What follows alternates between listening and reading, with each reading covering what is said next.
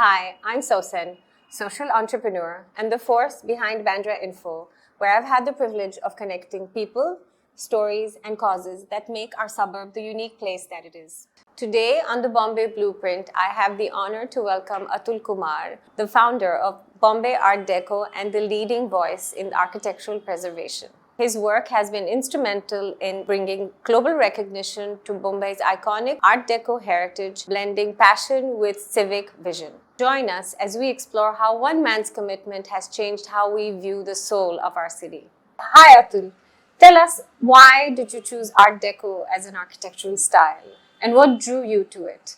I think it's a case of there being so much all around us, and it's hidden in plain sight, if one can call it that. And I was very keen to understand what was this simple ground plus 5 RCC construction, elegant buildings that dotted Mumbai from all the way from the south to the extreme northern suburbs. And my curiosity led me to understand this was called Art Deco. And I said, we have so much, and I'm not sure which other city in the world could possibly have such an inventory. And why are we so negligent about it? And why do we take it for granted? And what are we doing to preserve it? And that's what initiated the whole process of inquiry, if you want to call it that. And I discovered the style and I loved it. Okay. It would be incorrect to isolate it purely as an architectural style because it actually extends into a cultural and social landscape that I think effectively identifies the ethos of Bombay. That's true. As we know it. So it would be unfair to limit it to just a built form. Okay. And that's what makes it so rich. Okay. And you've had one of the most successful citizen-driven documentation and preservation in our city, I think in our country. How did you start this from scratch? How many hurdles did you have to face and fight and get through you are today? No, thank you for the compliment. I think that's It's a all bit sweeping. true. But yeah, I think it was as I understood the style and I understood how its geography extended across the city, I was curious to know how it came, how it originated, and effectively how it made a difference to the city. And I was surprised to find that people had done some homework. They had inventorized certain neighborhoods, but they were all narrow silos of information that were not talking to each other, that were not available in the public domain. So there was no repository and there was no holistic inventory of the whole city. And my point was that if we don't know the inventory of the city, then how do we establish its significance? And how do we establish its relevance in terms of conservation and preservation? And how do we stand up against any other city or country in the world? Right. So it was a really grounds up effort to do field work. And field work is a glamorous word for trudging the streets in hot summers and all kinds of hostile weather. Yeah. And, going lane by lane, neighborhood by neighborhood, across the length and breadth of the city. And its density. Yes. And its intensity. But it's been a very gratifying journey. 9 years later, we have now documented 1,505 Art Deco buildings, and I'm very proud for our city because I think I'd like to ask any other city in the world to stand up and be counted. I don't think they do, correct? Am I right in saying we aren't aware of it? No, right? And I think they're not talking about it because they haven't done it. No, they haven't done it. No, that's a bit of an inference, but I think that's true. Because if you had, why wouldn't you stand up and say, that's true. Hey, we have 2,500 buildings, wow, right? So amazing. It's not that we're being competitive about it. I think what we're trying to do is establish its importance and its importance to Bombay, to its development, and how it's significant even on the world stage. We hear you say that all the time, living heritage. Yeah. And, the importance of having that living heritage to leave behind as a legacy for future generations to come. Yes. So please explain to us and our viewers what the words living heritage mean.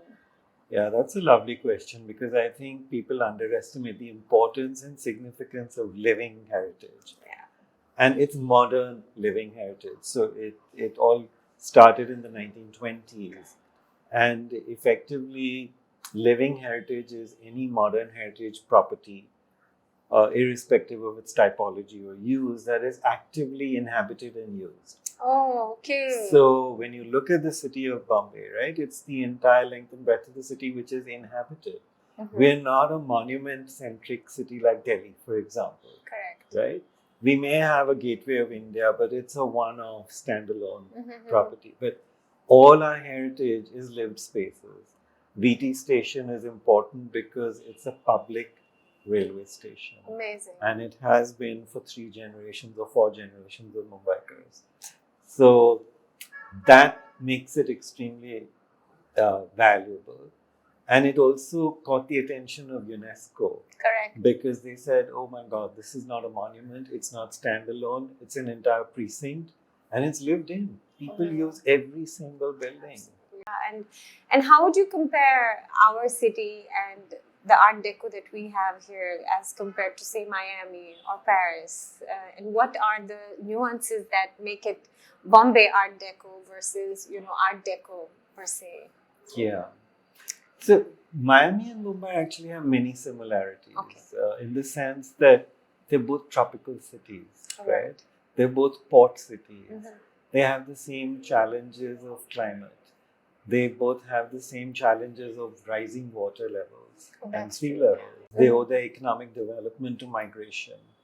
So, and the built form is essentially reinforced cement concrete in Miami, and so it's the same in Bombay. So tropical deco is a common theme between the two cities. The difference is that Miami is a lot more flamboyant and a lot more colorful and a lot more vibrant and exciting, right? It is. You look at their color palettes and you can't imagine a flamingo pink going with a pale green and with a dash of blue thrown in. I like that actually. No, it does. It's amazing. Yeah. So Bombay is more restrained. We have, neutral color palettes, and we have a lot of pastels and mild reds and off-whites and yellows and white. And I think Miami is typically ground plus 2 floors, and Bombay is more ground plus 5 floors. That's the big difference. New York is bold and brassy, and very aggressive and almost Is that arrogant. again due to the climate that they have there? Or is just so the it's culture? Interesting. It was called, I think it was called the Battle of Construction Materials. And there was this emerging material called cement concrete. And then there was steel. And New York decided to check out steel as a construction material, which is why you have, the Empire State Building, right? So they could go up vertically to unimaginable heights and have the whole world gasping at this new building that came up. Right. And Miami and Bombay and Shanghai and other cities chose the reinforced concrete route, which was inexpensive, quick to build, and affordable. So wonderful.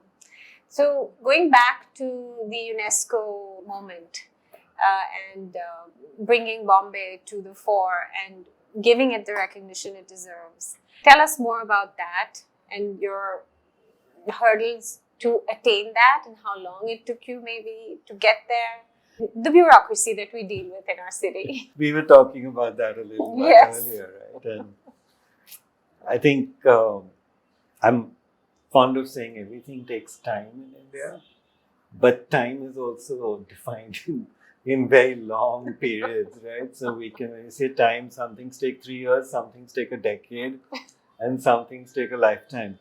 This project to inscribe the site as a World Heritage Site took 14 years.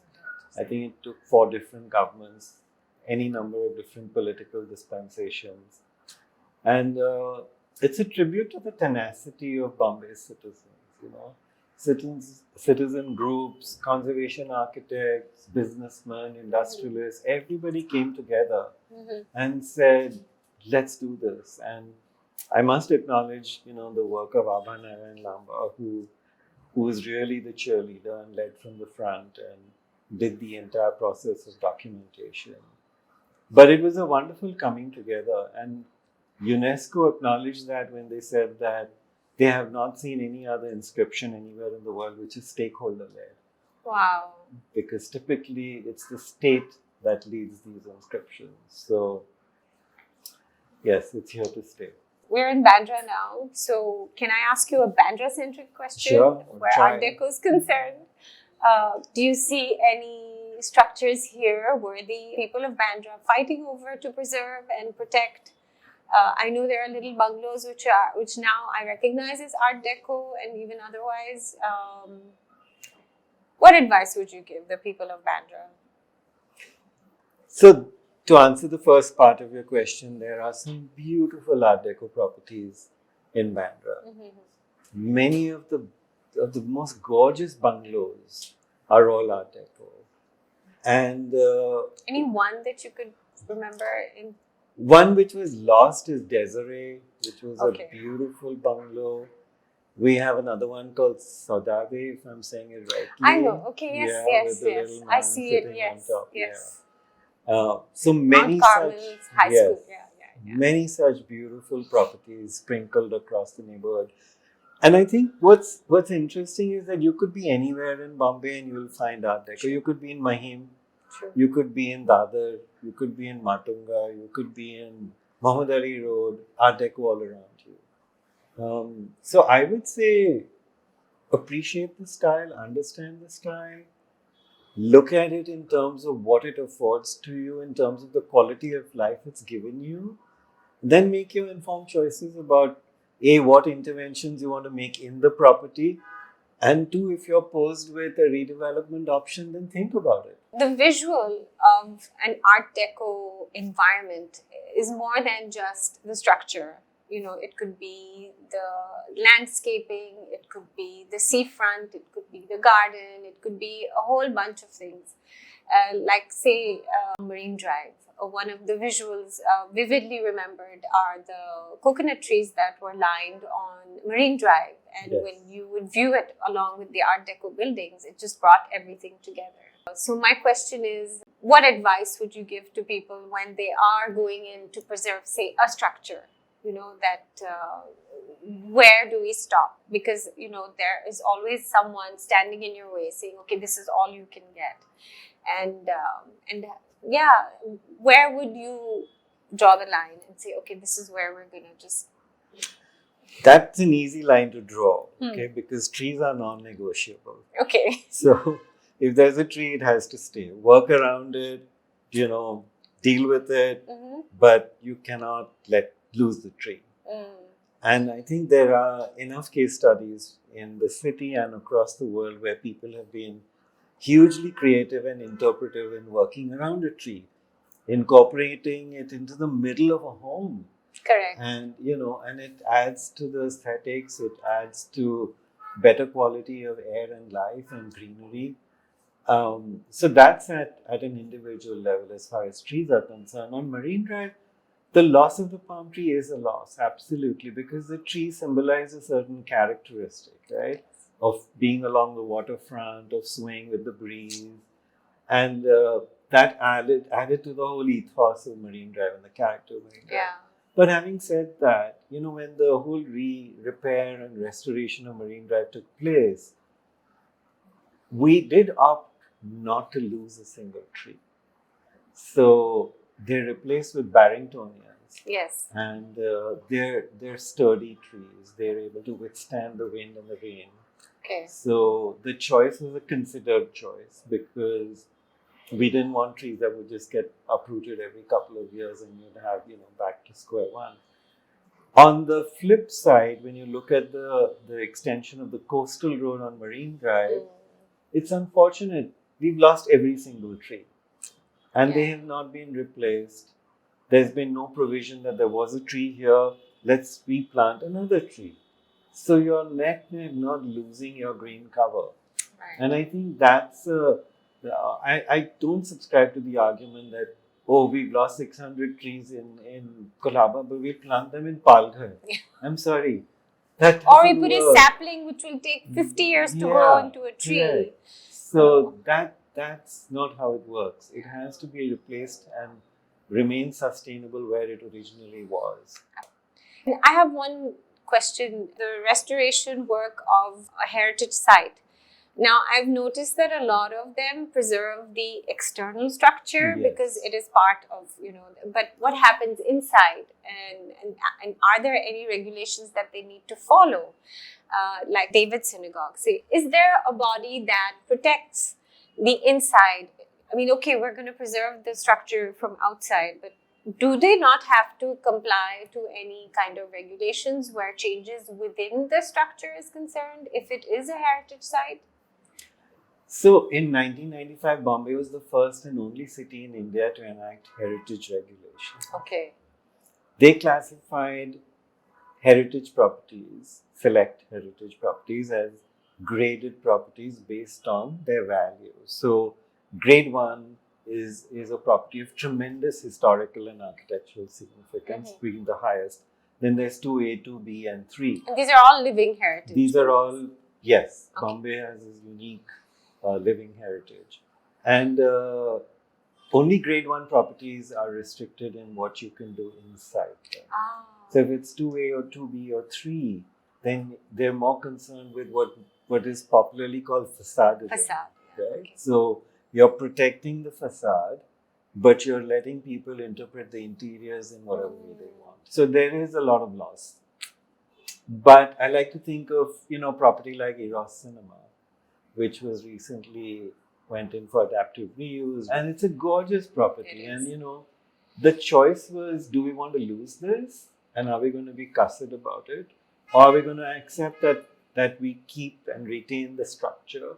And therefore, the identity of Eros within the churchgate system of architecture with, Victorian Gothic on one side, Art Deco on one side. And I think the residents decided they would like to keep that. And there are changes inside. We have a shopping area now, and there's a bit of a loss within the cinema. But inside, a lot of the Art Deco elements have been retained. Right.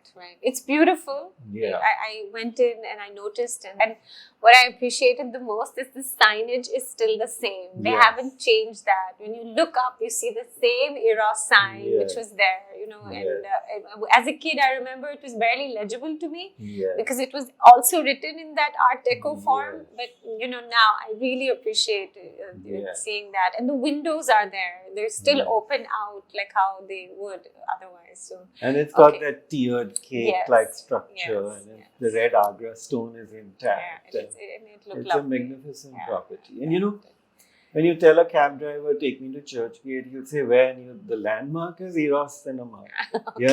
It's the identifier for that location. I'm glad it's there. It's lovely to see it there, and it's lovely to see most of that part of the city being preserved the way it is. And it really is, honestly, and you should take credit for it. It's really all thanks to you and your foundation. No, it's not me. I think it's a larger collective sensibility. It's the awareness you brought about in people that made them. I think people are invested in their neighborhoods, invested in the lifestyle, invested in open spaces, invested in history. And that comes together and, can be quite a powerful source. Yeah, the sense of community is important. Yes. That it belongs to all of us. Yes, it really does. Anyway. So, say we have a beautiful structure, living heritage structure where, there are, and I've seen many of those actually, even on Mamadili Road, and they're beautiful structures, but they're in shambles. So say you bring the awareness to the people, but unfortunately they don't have the resources to restore it in any way. Is there a resource bank where they could, of people or philanthropists or whoever that they could reach out to help them get the funds and restore their structure? Yeah, I think, Bombay is a very resilient city. It's the philanthropy capital of India. The city was built through philanthropy. Whether it's a J.J. College of Architecture, or it's a hospital, or it's a National Center for Performing Arts, it's all donated, by people who cared for the city. And we've seen that for any number of projects, which are of a certain caliber or standing, in terms of their cultural relevance or their historic relevance, there are always people willing to come up and support that. And we were talking earlier about the synagogue at Kala Ghoda, and they didn't have the funds to be able to restore it. But then one industrial family stood up and said, "I'll do it. Amazing. I'll write you a check for the whole synagogue." And they said, "We're not even going to put a plaque with your name on it to acknowledge that you did this." And she said, "Oh, that's no problem." Yeah, I think that's sometimes it's the least of their worries. Yeah, the David Sassoon Library, if you've been there after it's been repaired and restored, gorgeous property, done immaculately, entire through philanthropy. Amazing. So there are success stories. The challenges for individual properties, the properties which are not public buildings. Okay. There it's harder. I think there, it's ultimately up to the residents and the stakeholders to somehow find the means to do it. But I like to talk about our repair and restoration practice, where we provide you all the services gratis, which includes conservation architects, civil engineers, architects. Even for private Even for private. And we've done several buildings in Colaba, Oval, Marine Drive. Amazing. And at very, very shoestring budgets. And the residents are delighted because they're saying, "Oh my God, not only have you made it beautiful, but the value of my flat has gone up." So yes, in that a city, always works, right? Yeah, in a city where property prices always trump history or heritage or anything, it's a task and you have to accomplish. It really is. It really is. But yeah, it is the sense of awareness that you brought into people's heads that now it matters, to them as a community.